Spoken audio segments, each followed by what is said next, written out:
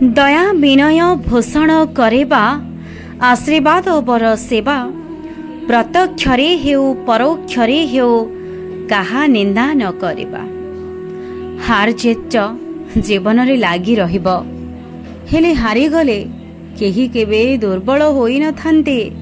दुर्बल तो सेते बेले होई थांते जेते बेले से माने चेष्टा ही करि न थांते। आम जीवन रे केते बेले कोन हेबो ताहा आगरु आम भाग्य उपरे निर्धारित होई थाए।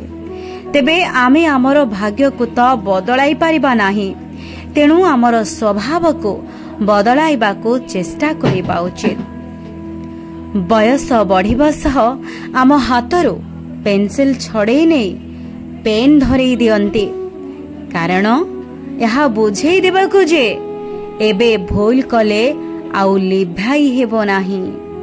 जदि आम कथा आपन को भल लगी तेबे आम चैनल को लाइक शेयर सब्सक्राइब निश्चय करेंगे।